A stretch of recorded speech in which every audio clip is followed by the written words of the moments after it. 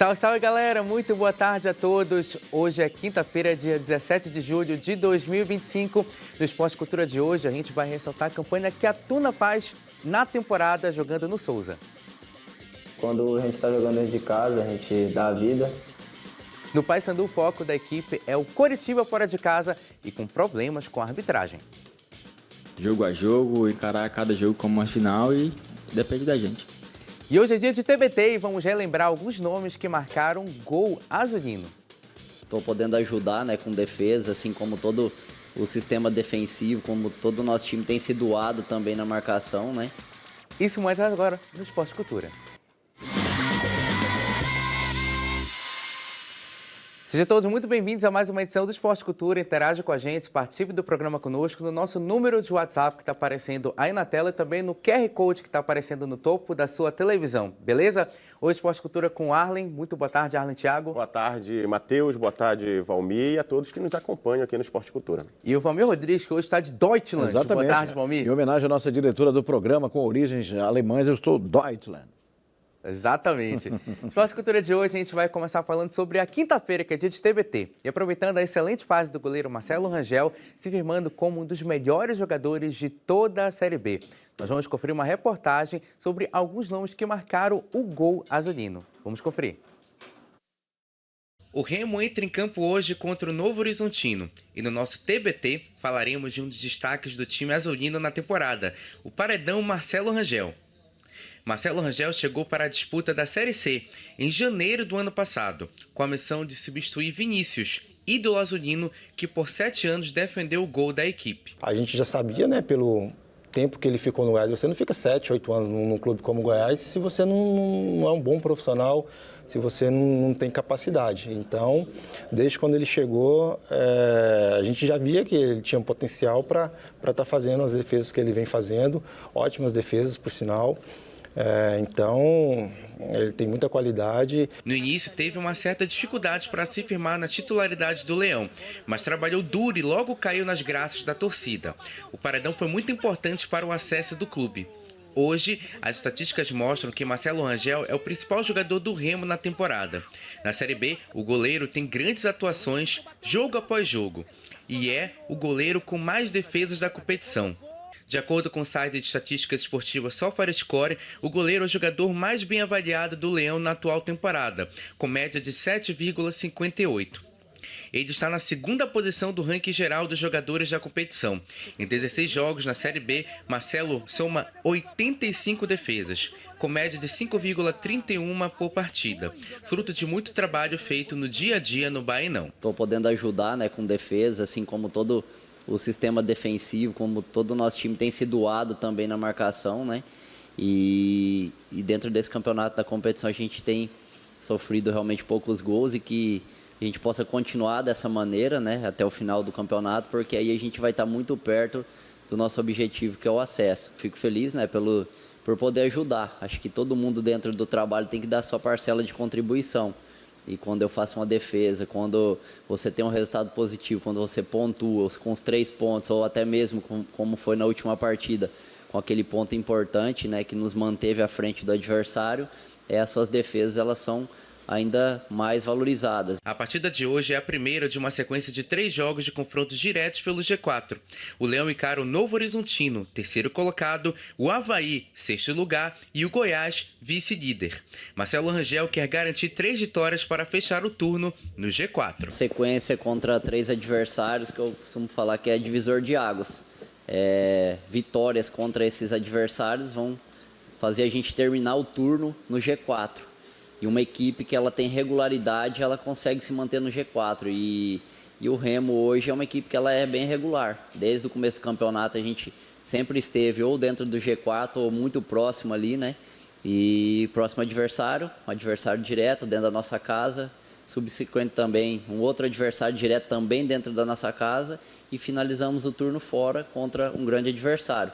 E se a gente vencer, que é o nosso intuito, vencer as partidas, a gente termina o turno ali, dentro desse G4. Marcelo Rangel, que tem mais de 70 jogos com a camisa do Remo. No ano passado disputou 44 dos 45 jogos do Remo na temporada. E para você, Arlen, também é o melhor jogador do Remo no ano? O Rangel, ele vem se destacando, né? Não sei se é bom ou se é ruim, né? Porque aí ele se destacando demais, então percebe-se que fica vulnerável aí o setor defensivo do Clube do Remo. Mas é um goleiro que no início da sua chegada, eu acompanhei essa transição, né? Ele chegando e o Vinícius saindo, né? Eu lembro que ali no Bainão a torcida, né, hostilizava bastante o Marcelo Rangel, né? Vi ali alguns comentários do torcedor desagradáveis, mas quando eu perguntei sobre isso, ele disse assim que com trabalho, né, e com o passar do tempo, as pessoas iriam reconhecer todo o empenho dele, todo o profissionalismo que ele tem. E isso hoje é unanimidade entre o torcedor e também os profissionais da imprensa. Então, o Marcelo Rangel é o grande goleiro. O Remo que nos últimos anos teve bons goleiros. Fabiano, Vinícius... lembraram também do Fernando Henrique, que foi o protagonista da campanha do time na Série D do Campeonato Brasileiro. Só fazia muita pose, mais... né? O Fernando Henrique gostava de fazer uma pose. Pois é. Tinha o Adriano também, Adriano Paredão. Marcou muito, então, né? goleiros que fizeram história, que tiveram uma certa importância para o Remo.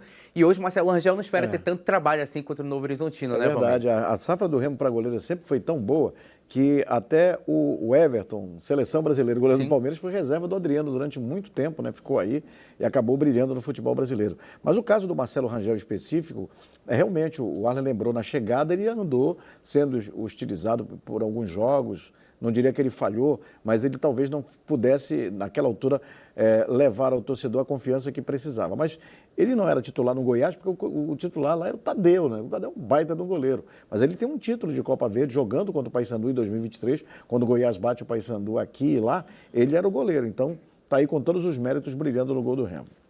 Ainda falando do Remo, o autor do gol do empate diante da Chapecoense na última rodada, o volante Luan Martins, está fora da partida contra o Novo Horizontino. O clube azulino informou através do departamento médico que o atleta sofreu uma lesão durante a partida contra a Chapecoense, uma fratura dos ossos do pé esquerdo. O clube informou ainda que o atleta já está em tratamento sob acompanhamento da equipe do Núcleo Azulino de Saúde e Performance do Remo, o NASP. Inclusive, o treinador do Remo, numa entrevista que concedeu ontem a uma rádio aqui da capital, falou que o Luan, inclusive, vai passar um tempo fora por causa dessa lesão. Acho que ele pisou em falso, que já né? havia sofrido durante o jogo, jogou no sacrifício para o Remo não ficar com um a mais. Fez o gol, né? E fez o gol. No final das contas, de qualquer forma, é um desfalque que pode pesar para o Remo na sequência da temporada, Arlen? Não, porque o Remo tem jogadores que na reserva que podem substituí-lo e estar no mesmo nível ou superior, né? Agora eu lembro uma entrevista de ontem do Antônio Oliveira que falou, né? Essa situação, né? Que ele jogou no sacrifício, que ele pediu ali a substituição, mas aí o Antônio Oliveira, treinador do Clube do Remo, falou para ele ir para a grande área e lá, né, ele foi feliz e fez o gol de empate do time azulino. Então a gente percebe aí não só essa qualidade do atleta, mas também esse desejo de sempre se superar, ultrapassar a linha do limite. E é esse sentimento que a gente vê nos jogadores do Remo, né, nesta temporada.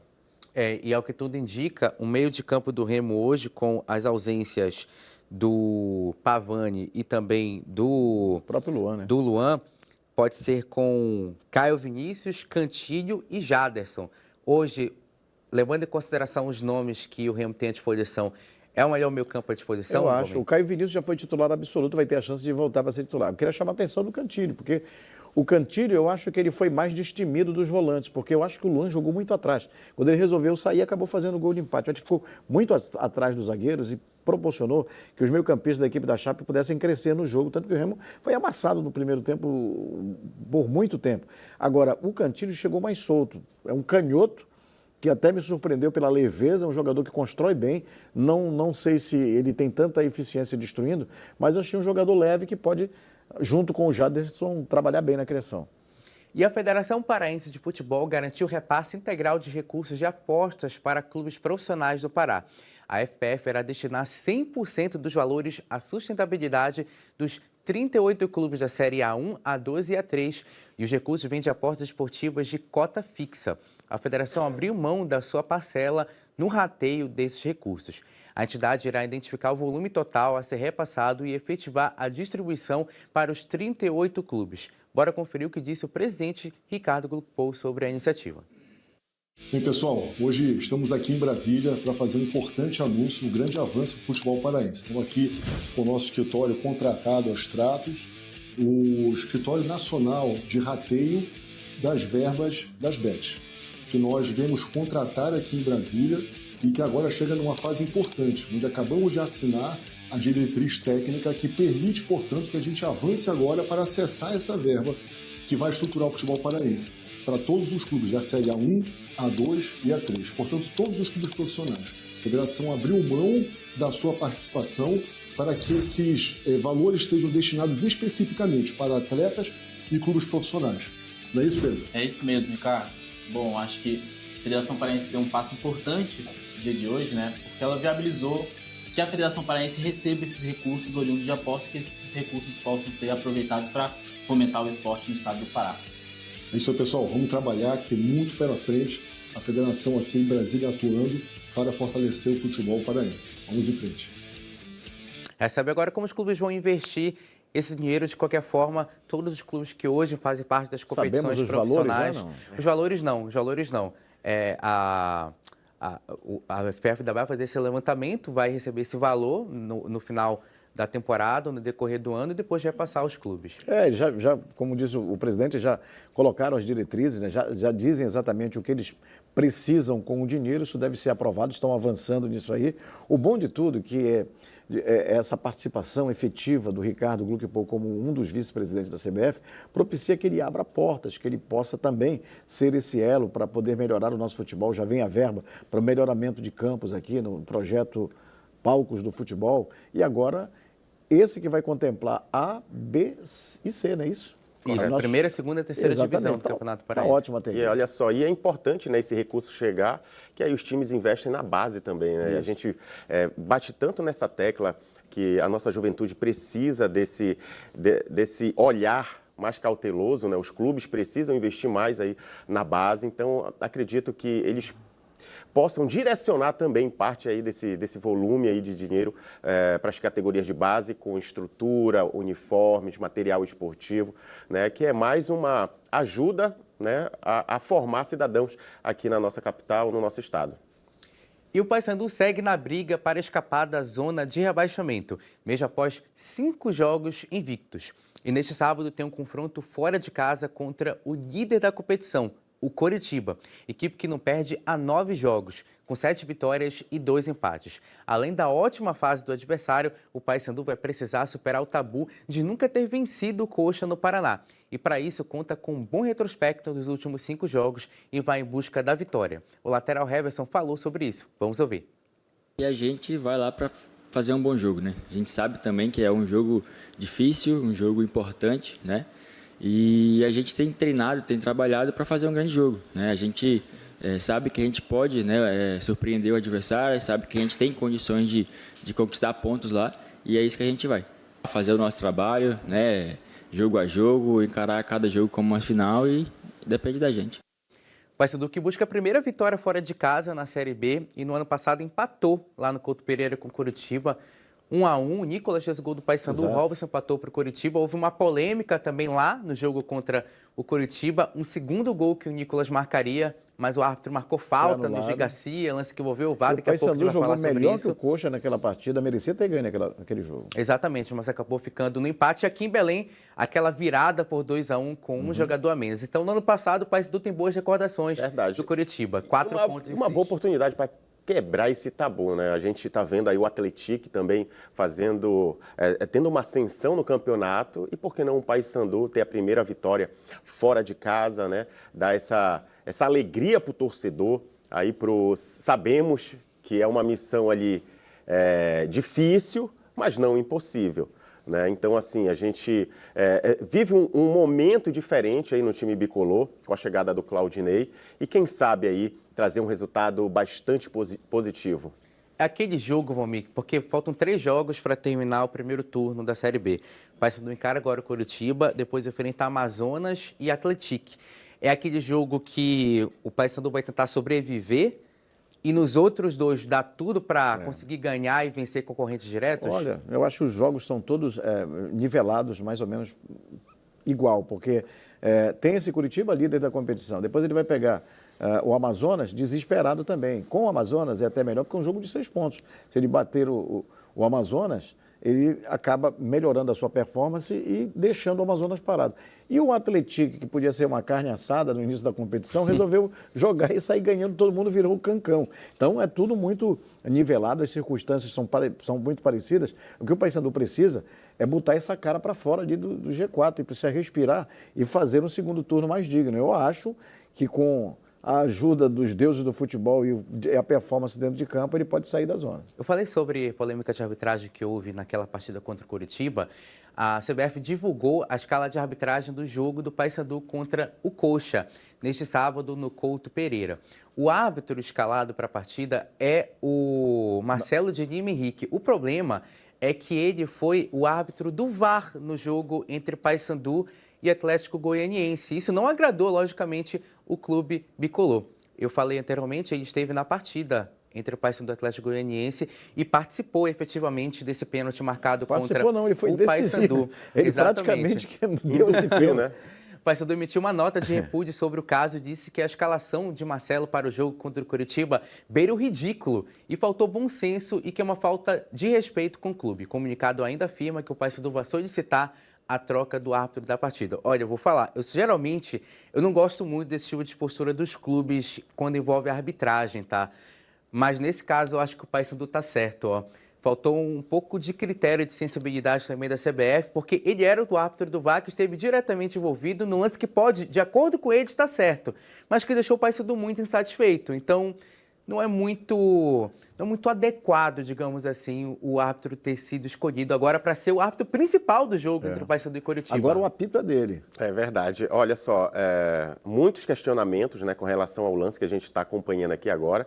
Né? Até o Claudinei falou após o jogo, na entrevista, né, que geralmente a opinião, a decisão ali do árbitro de vídeo, ela prevalece sobre o árbitro de campo. Sobretudo, a gente acredita, né, que o profissionalismo ele fale mais alto nessa hora, né? A CBF divulgou também o vídeo, né, deles se comunicando. Então, assim, é muito delicado, muito complicado, né? Caberia um bom senso por parte da CBF com relação a isso, tendo em vista que houve contra o Atlético Goianiense toda essa polêmica, mas enfim, né?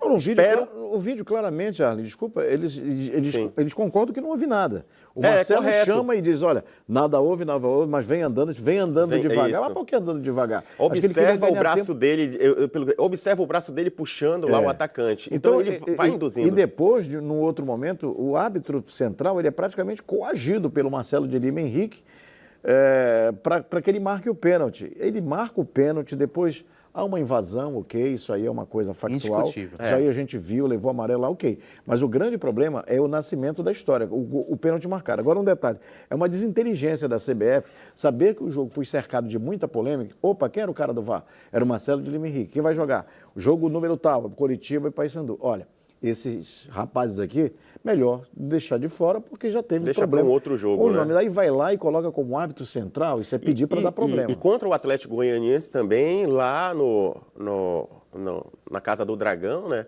Teve a mesma polêmica com o árbitro de vídeo que ele falava, olha, presta atenção e tal, o jogador tal tá puxando, tá contra o Remo, né? E aí causou aquela polêmica também. Enfim, a gente espera que neste jogo não tenha nenhum embaraço com relação a isso. E há tempo de trocar, se quiser, há tempo de trocar. Vai lá, diz que errou, desculpa, não prestou. Foi uma inobservância, usou uma palavra bem bonita para que eles possam tirar bronca. E o Águia de Marabá recebe o Independência em confronto direto pela classificação na próxima fase da Série D do Campeonato Brasileiro. O Azulão Marabaense é o 5º colocado com 16 pontos e o Independência está na 3ª posição com 18 pontos. O Águia vai tentar fazer valer o fator casa para garantir os 3 pontos. E vai contar com um novo goleiro da equipe, Xandão, que chega com a missão de substituir o ídolo do Águia, Axel Lopes. Vamos ouvir. Como o Axel aqui é um baita de um goleiro, fez sua história aqui. Eu pretendo construir minha história aqui. Eu sei do meu trabalho, sei que eu posso fazer em campo, sei que eu posso ajudar a equipe, buscar primeira a classificação e depois o sonhado acesso aí para a Série C. Que trabalhar, né? A gente falta 2 jogos para a classificação e para mim é tranquilo. E continuar trabalhando e conseguir esses 3 pontos aí para a gente conseguir essa classificação. O Águia que está 4 rodadas sem vencer na Série D, mas chega nessa reta final, nos últimos 2 jogos, dependendo só de si. Porque se ganhar os próximos 2 jogos, se classifica, até porque o Independência é o 3º lugar e se o Águia vencer o jogo contra o Independência, assume a posição dele na tabela de classificação. Agora, muito bacana, né, a colocação do Xandão aí. 2 jogos para classificação. Então, é um pensamento positivo, acredito que é isso que está ali, é o ambiente de trabalho no Águia de Marabá, né, aproveitar esses 2 jogos, essas 2 rodadas que faltam para a finalização da primeira fase, né, e garantir aí a classificação à segunda fase. Como você falou, está nas mãos aí do Águia agora. O Águia que perdeu uma grande referência, não só questão de técnica, Valmir, pelo poder decisivo do Axel Lopes, mas um jogador que já estava há muitas temporadas lá, um líder, muitas vezes capitão da equipe, junto com o Bruno Nimão. O Xandão vem para substituí-lo, mas de que forma essa saída do Axel nessa reta decisiva do campeonato pode pesar contra o Águia? Olha, se ele vai ser bem utilizado no Criciúma, não sabemos. Agora, que ele está fazendo falta e vai fazer na equipe do Águia, isso aí é uma certeza, porque em o Águia classificando, vem aí uma sequência de mata-mata.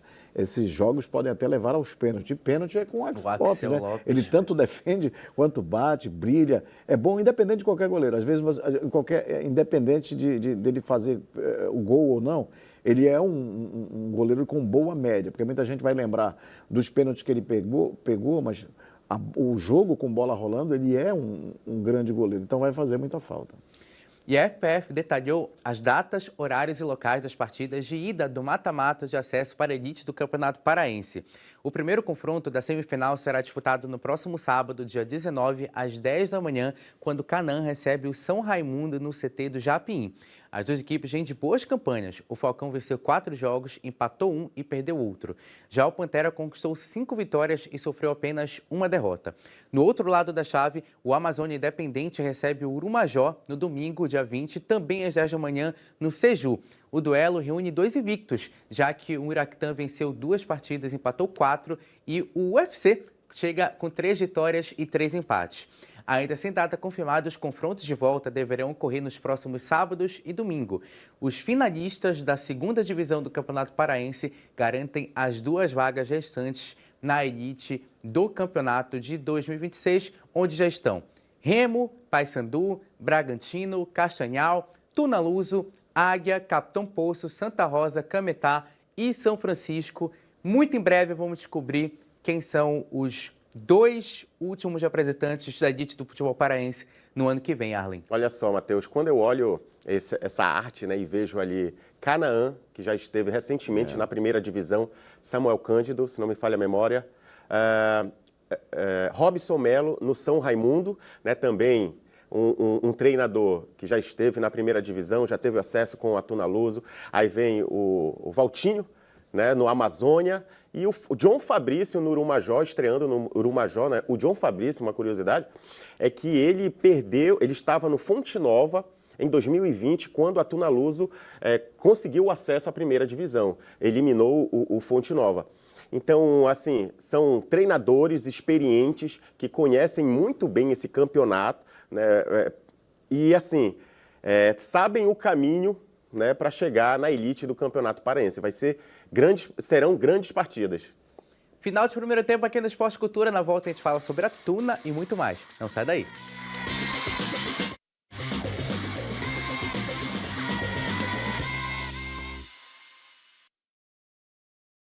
Estamos de volta com o Esporte Cultura para falar da Tunaluso brasileira. A Tuna é o único time dos 124 que disputam campeonatos nacionais com 100% de aproveitamento em casa em todas as competições que disputou no ano. Bora conferir na reportagem. A Tuna é o único entre os 124 times que disputam campeonatos nacionais que está com 100% de aproveitamento em casa na temporada. São 11 jogos e 11 vitórias no Souza, 4 no Parazão, 1 na Copa do Brasil e 6 na Série D. Inclusive, na 4ª divisão, apenas a Portuguesa ganhou todos os jogos que disputou em casa, mas já tropeçou no Canidé em 2025. O Altos também não perdeu como mandante no ano, porém também não ganhou todos os jogos. Números que animam a Águia do Souza para a sequência do campeonato. Esse 100% de aproveitamento que a gente tem dentro de casa é muito fruto de trabalho, né? A gente vem trabalhando muito, um grupo fechado. Graças a Deus, todo mundo se entende dentro de campo, fora de campo. E é por isso que a gente está 100% de aproveitamento. E quando a gente está jogando dentro de casa, a gente dá a vida, porque a gente sabe que é muito importante. E graças a Deus está dando tudo certo. A última vez que a Tuna não venceu no Souza foi na primeira rodada do Parazão Bampará de 2024, quando empatou por 2-2 contra o Bragantino. Já a última derrota ocorreu em agosto de 2023 para o Maranhão, que culminou na eliminação da equipe na Série D. Em posição mesmo, saber que ali é a nossa casa, que o torcedor joga junto com a gente, que nós trabalhamos ali, treinamos ali diariamente e fazer prevalecer o mando de campo na Série D, que é muito importante, e graças a Deus isso vem acontecendo na Tuna Luz e a gente fica muito feliz. A Tuna lidera o grupo A1 da Série D com 24 pontos. Já classificada, o foco agora é manter a primeira ou segunda colocação. Se pontuar contra o Trem neste sábado, às 4 horas no Zerão, vai decidir o segundo jogo do mata-mata em casa. A Tuna está passando sal em todos os times que está enfrentando no Souza em 2025. Que campanha, a gente já falou várias vezes. Traz o chopp. Traz o chopp. A gente falou várias vezes no programa sobre esse 100% de aproveitamento. Mas no Brasil, dos times que disputam Série A, Série B, Série C e Série D, nenhum time venceu todos os jogos que fez no ano como a Tuna conseguiu no Souza. Cara, que resultado, né? Que campanha da Tuna Luz brasileira. E a gente aqui, que vai ao estádio e acompanha, né, a Tuna, a gente sabe da labuta que é diária desses atletas, desses profissionais que ali estão, né, trabalhando, se dedicando ao máximo para que isso pudesse acontecer. Porque uma coisa é você ter na mente todo um aprendizado, todo um conhecimento, mas colocar na prática isso é muito complicado, é difícil, tendo em vista que você tem ali jogadores com culturas de futebol base diferente e você reunir essas culturas, esses atletas e implementar um modelo de jogo, colocar um estilo de jogo e nesse estilo de jogo você gerar resultados positivos, né, gerar resultados como o Inácio Neto está gerando, é complicado, é difícil, mas está dando certo, né? E a gente tem que aqui enaltecer também o trabalho da diretoria da Tuna Luso, que fez essas contratações pontuais, tanto da comissão técnica, que são profissionais ali, tanto análise de desempenho, que está o Eliezer, na realidade o Eliezer está como auxiliar do Inácio, tem o treinador Inácio, tem o Neto, preparador físico, tem o Caio também, que faz ali análise.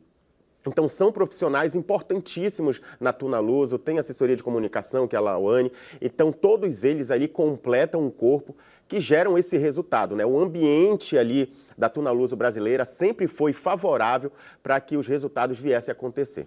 Se a gente somar com as vitórias do ano passado, Valmir, porque vai lembrar que o último jogo que a Tuna não venceu foi um 2-2 contra o Bragantino na primeira rodada do Parazão do ano passado. Se a gente somar os 11 jogos de agora com os do ano passado, são 17 vitórias seguidas da Tuna no Souza. Olha que beleza. E depois desse raio-x feito ainda há pouco pelo Arlen, também me resta pouca coisa. Agora, dá uma olhada na tarde ali. O Bayern de Munique de verde. Adivinha quem escreveu? Você viu ali? O Bayern de Munique Exatamente. de verde. Comparando a Tuna, o grande fera lá da Alemanha. Quem será a autora? O Bayern de Munique, né? Agora sim, a Tuna dos últimos anos é um time que sai de um time sem divisão, sem futuro, a verdade é essa, sem disputar nenhuma competição com expressão nacional, para agora estar disputando de forma digna as competições nacionais, Copa do Brasil, inclusive, é uma delas, e também o Campeonato Paraense. Quando a Tuna não está numa final, ela está numa semifinal, ou seja, a Tuna é outra. E olha só, Matheus, só falar também o Lubrax, preparador de goleiros, e o seu Alcindo, o roupeiro, que também estão ali na Tuna fazendo um grande trabalho. E outra coisa, o Baião não tem esse aproveitamento em casa jogando no ano, tá? E a seleção brasileira feminina goleou a Bolívia ontem à tarde. De Brasileirão Série A com movimentações na tabela de classificação. O Santos venceu o Flamengo por 1-0 com gol do Neymar. Com a vitória, o Peixe chega a 14 pontos e é o 13º na tabela de classificação. Já o Corinthians venceu o Ceará por 1-0, gol marcado pelo Thales Magno. Foi a primeira vitória do Timão no Campeonato Brasileiro, jogando fora de casa. E a primeira depois de 5 partidas sem vencer na competição. Vitória muito importante para o Corinthians. Você está acompanhando aí na tela o gol marcado pelo Thales Magno. Nossa. Jogos de hoje... Entregaram esse gol aí também, né? Jogos de hoje, Fluminense e Cruzeiro, às 7h30 da noite. Jogo importante visando a liderança do campeonato. E tivemos rodada também na Sul-Americana. Os times brasileiros sofreram nessa rodada, viu?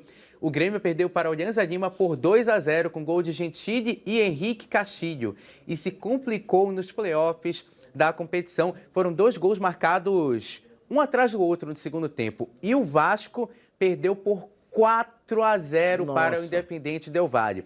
O Vasco precisa de um milagre praticamente para reverter o placar agregado na competição. E o Atlético Mineiro entra em campo hoje contra o Bucaramanga. Não errei dessa vez a pronúncia do time. Às 9h30 da noite, o Bucaramanga está me perseguindo no Esporte Cultura já desde o início do ano. Saiu o Bucaramanga agora. Dessa vez acertei. Arlen, obrigado pela participação obrigado, no Esporte Cultura. Obrigado, Valmir. E a todos que nos acompanharam até agora. Você fica com o Sem Censura Pará.